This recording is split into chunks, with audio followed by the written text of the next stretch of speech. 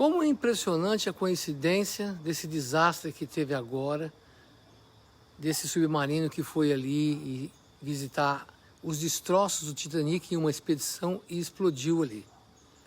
A Bíblia diz que maldito é o homem que confia no homem. E aqueles caras que foram junto ali, nessa expedição, estavam confiando veementemente que aquele submarino ia entrar ali. É um submarino diferente, não é uma bolinha, é um submarino comprido, parece um grão de arroz, né? Ele tem uma performance diferente dos normais, dos que existem e que já desceram nessa profundidade. E as pessoas que foram junto ali, com certeza, esses bilionários, aqueles caras que gastaram mais de R$ 1 milhão aí, eles foram amaldiçoados porque confiaram ali naquele homem que achava que estava acima da segurança.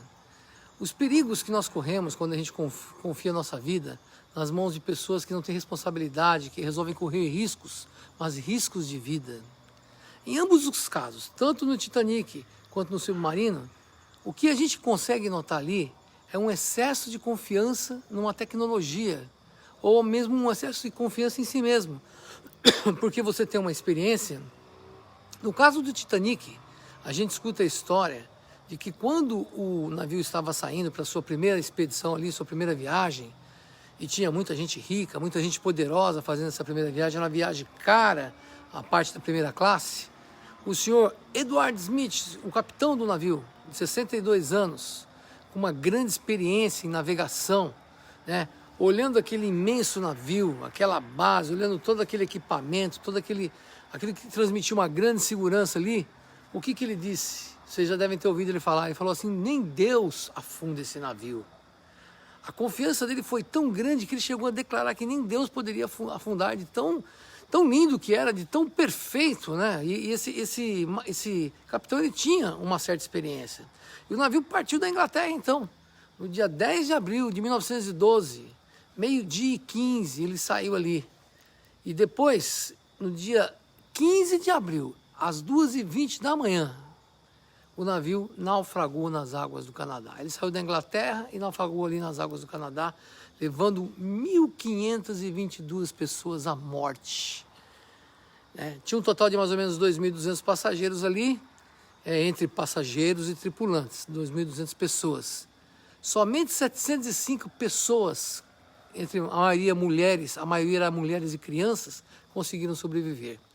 E os destroços do Titanic que ficaram ali embaixo da água só foram localizados depois de 73 anos, em 1985, no dia 1º de setembro. Acontece que tinha uma moça lá de 24 anos, por nome de Emily Richards, que estava dentre esses sobreviventes. Ela, na época, tinha 24 anos e ela foi acolhida a bordo do Carpathia, o navio que resgatou as pessoas nos botes salva-vidas. Ela escreveu uma carta assim que ela chegou ali no Reino Unido, para sua tia, dizendo ali na carta o seguinte: olha o que ela escreveu: na noite da colisão, o capitão estava no salão bebendo e deu ordem a outra pessoa para olhar o navio. Então ela falou que foi culpa do capitão. E aí o capitão bebeu, deve ter tomado lá um porre e foi deitar. É sabido que o Sr. Smith passou a noite do desastre em um jantar festivo no restaurante na primeira classe, né? Antes de retornar ali para a cabine. Ele deve ter bebido ali uns bons uísques, né? Deve ter ficado meio doidão. E como ele confiava muito no navio, confiava muito na tripulação, foi deitar, largou na mão de qualquer um lá. E a Emily, ela viajava com a sua família, essa moça. Estava a bordo com ela a sua mãe, seus 2 filhos, uma irmã e um irmão mais novo. Após o navio bater ali no iceberg, as mulheres e crianças da família foram resgatadas por um bote salva-vidas. Mas o irmão dela, um rapaz chamado George, foi uma das vítimas das 1.522 pessoas, uma das vítimas ali do acidente.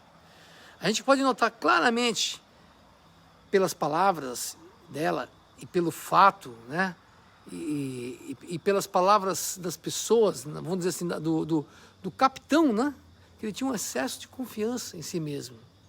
O capitão falou ali, se ele falou assim, nem Deus pode afundar, ele estava tranquilo, né? E é esse excesso de confiança que levou então o naufrágio do navio. Porque se ele tivesse no comando, se ele não tivesse bebido, se ele tivesse ali tomando conta do navio, certamente isso não teria acontecido. Se ele tivesse ligado, falado, não, só vai terminar a minha viagem quando eu chegar a portar e ancorar o navio no destino final. Não foi assim. Nessa semana aqui agora, houve uma implosão catastrófica de um submarino da empresa OceanGate, que esse submarino não resistiu à pressão. A 3.200 metros de profundidade, ele não resistiu e ele estourou, explodiu. A pressão onde está naufragado o Titanic, ela é de 390 vezes maior do que na superfície do mar. De maneira que um submarino, para chegar até aquele local que se encontra ali, o Titanic se encontra a 4.000 metros debaixo da superfície. O submarino deveria ter muita tecnologia, material extremamente resistente. Parece que o casco dele, ele tinha 35 centímetros de grossura do casco. Mas os riscos de uma tragédia eram iminentes, por conta da forma do submarino. Ele era um submarino redondinho que levava 2 pessoas, já era uma nave que levava 4, 5 pessoas, e de fato tinha 5 pessoas lá, fora o cara que estava dirigindo lá, tinha mais 5 pessoas ali fazendo essa viagem. Né? Mas esse risco era tão iminente que o CEO da OceanGate, quando foi questionado sobre os riscos, como ele tinha muita experiência, assim como o Capitão Smith, como ele sabia da tecnologia, né? Ele fez a mesma coisa que o Capitão Smith. Ele falou a seguinte frase: segurança é puro desperdício. Se você só quer estar seguro, não saia da cama, não entre em seu carro, não faça nada. É por isso que eu disse que essas pessoas que têm esse excesso de segurança, a gente tem que tomar cuidado para a gente não segui-las, porque a gente pode acabar entrando numa fria, numa gelada.